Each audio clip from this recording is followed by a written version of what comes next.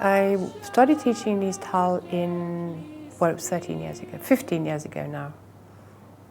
And I grew from the experience enormously.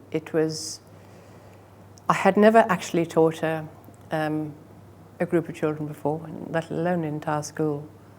And I actually grew from the experience, and I began to realize how music with these children who have remarkably little self-belief gain self-belief through music.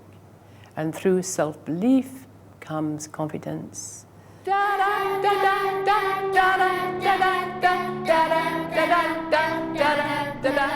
I have a real passion for music. It's everything to my life, and trying to pass on that passion is such a privilege.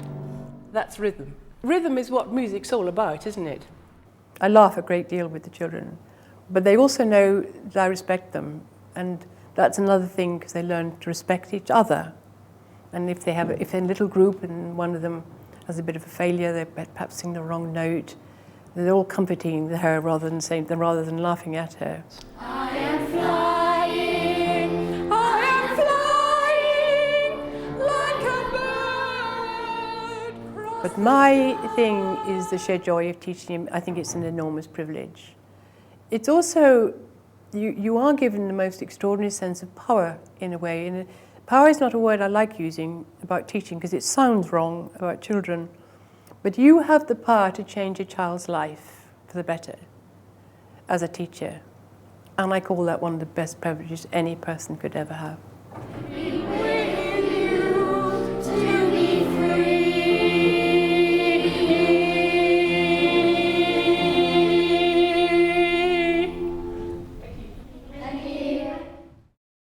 Starting Future Talent was all about these children. I had taught in 13 years at least 20 children with enormous potential. You know, when the sort of hair stands up on the back of your neck, and I know they are so good, and they have the confidence that goes with it, which is so important. Wonderfully talented children. The ability to get right to the top in their career and no options open for them whatsoever. Somebody had to find those stepping stones. It was absolutely vital. Those stepping stones, that pathway, climbing that wall and onto something. If they believe in themselves, they can do it, and we will help them do it. I don't think I thought of it as daunting, although looking back on it now, it must have been daunting. But I had a remarkable girl that I worked with, and she was excited by what we were doing, and we made a great team. She was thrilled with what we were doing. She loved it as well, and loved the challenge of setting something up new and making contacts and building bridges and finding the first funds, which was Children in Need, actually, strangely enough, that was the best thing that could happen to us. That was the first sum of money we were given. I think the first fundraising event you have is a dangerous one. Why should anybody sponsor your event when they don't know really what you do? But once you've got through that hurdle, people begin to get belief in you. And then there's this all important contacts who spread the name from each other to other contacts, and then you start to go. But I think the first 5 years are always going to be hard with any charity. There are so many charities doing wonderful things. You've got to make yourself different and interesting and unique, and that's not easy. I hope through Future Talent is that what we were trying to do in Hull will eventually cover the whole country. And I think it will.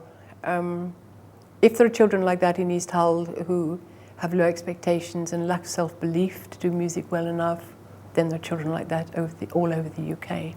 But to find these children, we're also putting music specialists into primary schools whose main job, unique job really, because only Future Talent does this, is to spot potential at an early age and enable them to get in touch with us whilst immersing the whole school in music. So their job is twofold and very important. That's the main way we're doing it. That's what happened in East Hull. I have instrumental teachers and singing teachers doing that. Then Hackney, we have a big project where we're focusing entirely on percussion.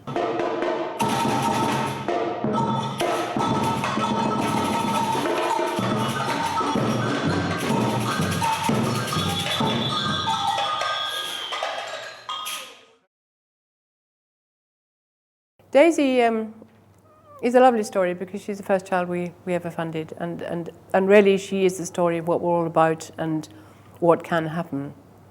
She came to us when she was 8 or 9. They needed violin, they needed violin strings, they'd sold their car for a very small amount of money to buy her a violin. They sold her a playground equipment by strings, so she very much fitted into our category. And she's one of the children who you don't have to